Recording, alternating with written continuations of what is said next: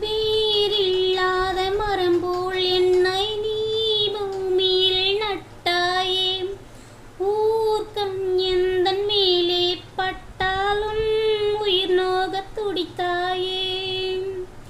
உலகத்தின் பந்தங்கள் எல்லாம் நீ சொல்லித் தந்தாயே.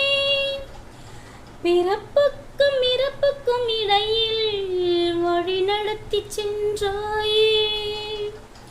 உனக்கே தொட்டில் கட்டி நானே தாயை மாறிட வேண்டும். அரறிறாரோ நான் இங்கே பாட தாயை நீ கண்